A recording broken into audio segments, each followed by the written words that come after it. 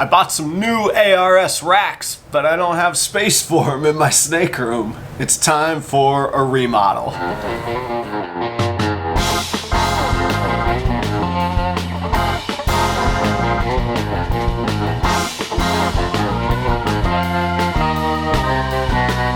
What's going on, everybody? It is Adam at Proper Royals. Thank you for joining me today. I hope you're doing better than I am. I'm in the middle of COVID, man. This stuff sucks. So if I sound off or I'm a little out of it, forgive me. I needed to distract myself from just sitting around and binge watching Ozark. There's only so much of the birds I could take. So I thought I'd come share some good news about what I got going on in my facility, in my snake room. I'll make a video and have some fun editing, and you know, we always got to keep the algorithm happy. You got to feed that beast. If we've not met before, this channel is all about my family's journey from ball python hobby to ball python business, and today is kind of a cool episode because it's another step. It's another step of growth. I'm knowing I'm going to need a larger set of racks for my females. Currently I have ARS 5040s, which are great for male adults, and most female adults, they probably would be fine. You know, there's a difference between a female that just gets to 1,500 grams and a female that's 2,000, 2,500, 3,000 and plus grams. And they need some bigger tubs. I'm at that point. They're starting to get bigger, so I got to looking at the ARS 5540s, which are the same. If all these numbers throw you off, they threw me off too, so I'll put some pictures up along the way. The 5540s are the same width as the 5040s, but they're deeper, so they provide the females a little longer area to stretch out and move around in. Then the next tier up in size-wise is the 70 series, and I'm sorry, the tub sizes are the first two numbers, so 50s, 55s, and 70. 40 or the 30 is how wide they are. So 5040s are 50 size tubs, 4 wide. 5540s, 55 size tubs, 4 wide. 7030s are 70 series tubs, which are just as deep as the 5540s, but they're much wider, and they only come 3 wide instead of 4. So I think I found the best of all worlds, because I got a little bit of a challenge. One being money. ARS racks are expensive, so my budget was a little bit limited, so I couldn't buy the whole thing 10 high. Secondly, I've got a few girls that need to get into the 7030 racks,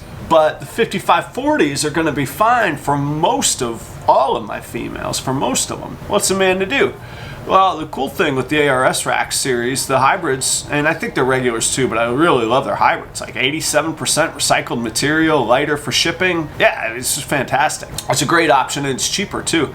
I think it's a little less durable, but how much are you banging these things around, you know? Like, we're not traveling with them and stuff. Anyhow, I love the hybrids, the ARS hybrids. They're great. Thanks to my good buddy, and this is where relationships in the hobby really matter. I was talking over my plan with some other people, and I was talking to my good buddy Jeremy Bod at Bod's Exotic Reptiles, and he says, Adam, you know, the 5540s and the 7030s have the same footprint. They're stackable. You could order a couple levels of one and then a couple levels of another, and if your budget isn't for the whole thing 10 high, next year when you get a little more money in your pocket, you can just buy 2 or 3 more levels. That was a real epiphany.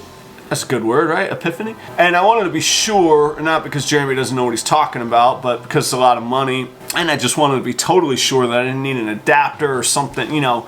I didn't know if they were just plug and play. I checked with ARS Racks. You can message them on Facebook, and they were very quick to get back with me. And matter of fact, we started kind of hitting off a conversation. It was pretty cool. They were great on the service, but yeah, they confirmed they stack, no problem. So the other benefit of right now of doing this is if you pick up your ARS racks, actually let me back up. ARS racks aren't cheap. To ship them is also not cheap, and as soon as something needs a pallet, right now it's $400 to ship. So whether you buy the 10 high, I don't know where the cutoff is, but I ended up getting 5 levels, I believe. Well, I'll cover that in a minute, but it was still going to be the same $400 to ship.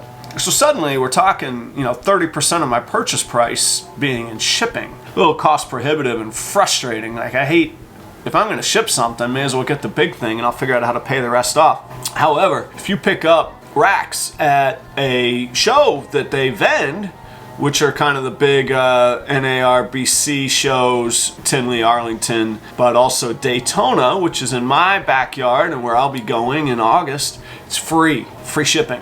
That was another $400 to save me. With lead times, production times, all that stuff right now, supply chain issues, I had to pull the trigger. So I did. So I got the base, the wheelbase, casters. I always want all my equipment on casters the best that I can so I can move it and clean it. And that's the thing I learned in the kitchen. All the appliances got to be on casters so you can move them, wheel them around, clean under it, go back. Imagine your stove at home. You pull that thing out, what's it going to look like under there? You want that in a commercial kitchen? I don't want that in my snake room either. Casters, I got the wheelbase, and then I got 3 levels of the 5540, so that's 12 more tubs for mature females. I got 1 level of the 7030, which is 3 more tubs from my biggest females. And really, I only have 2 that would need to go in right now, but I'm ready. And what's really cool is I could go up to 10 high. So yeah, I bought 4 levels in the wheelbase. So I could go another 6 levels of either. If I get to next year and I'm like, man, these girls get huge, I could buy another 7030. If my holdbacks are coming up and I just need to make space for grow outs in the 5040s, I can move them over. I can order another 5540. So that was a really, really cool upgrade. And I know that you're going, Adam, I thought you said it was time to remodel. What are you going to talk about here? Well, here's the problem. As my room is laid out right now, I don't have space. Something's got to go. I don't have space for 2 ARS base racks, the 40 or 30 wide. I could have done just a 2 wide, but once this light bulb went off, once I figured this out, it was a no-brainer to get the 4 and the 3 wide. As it is right now, I can't have the 2 ARS racks as well as my work table and my hatchling rack. So I had to figure out an answer. I didn't know exactly what the answer was, but I knew that without breeding stock, the hatchling stuff doesn't matter, right? Like if you don't have space for the adults, you're never gonna have the babies. So moot point, right? So I set about saying, how am I gonna handle having these 2 ARS racks? My room is fairly small. Inside measurements, usable space is about 6.5 feet wide by 10 feet long.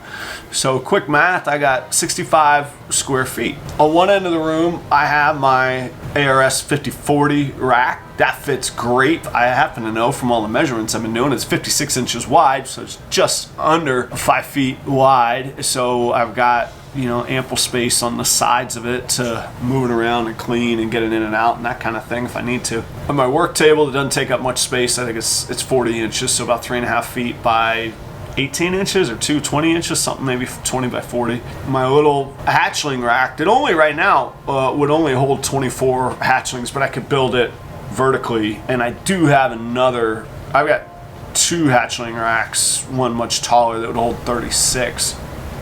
And I'll be building another one of those this year. And then it clicked on me. I got my heater. I've pulled the incubators out of it. I got my incubator out in the garage here next to me at my office. Where was I gonna put this ARS rack? And then it dawned on me, I got a 30-inch door that's offset from the wall by 6 inches. So the door takes 36 inches one way, 30 and change the other way. That's almost 10 square feet. 10 square feet of 65 square feet is like 15% of my space in my snake room. So I had to figure out, I figured that door, something was gonna have to change on that door. I'm in such close quarters, I couldn't make it so that it would swing out. It would hit into my washing area and my sink area. And then it dawned on me, man, if only I could make like a pocket door. And maybe I could, maybe I couldn't, but let me tell you a little secret. I am no architect. When I built that wall, I had no intentions of ever worrying about putting a pocket door in it. That wall is built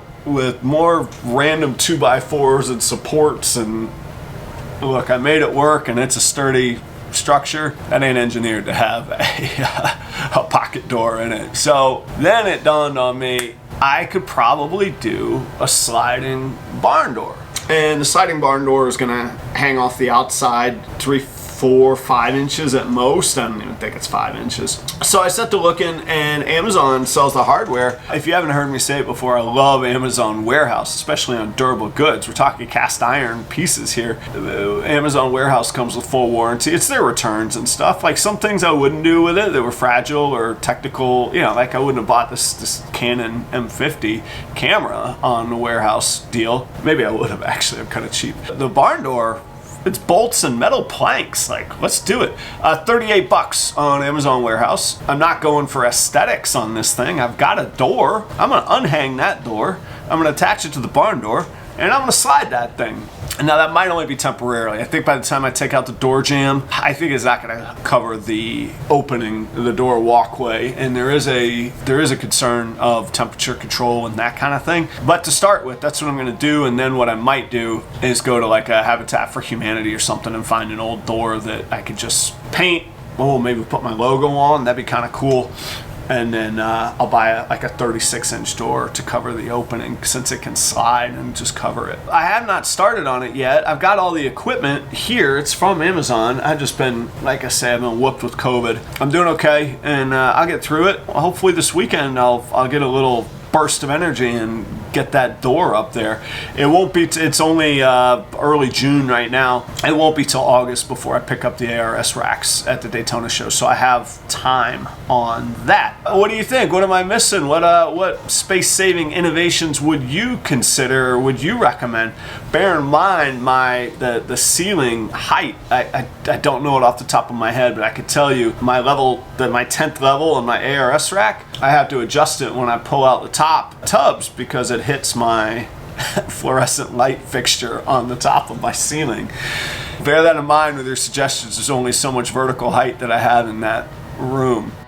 Make sure to check out these videos to see everything that we got going on here at Proper Royals. Of course, I'm gonna let you know what the outcome is, what it looks like when it's all said and done. I can't wait to see you in the next video when I'm not dealing with this COVID crap, and I hope that you're well. Thank you guys. Until next time, see ya.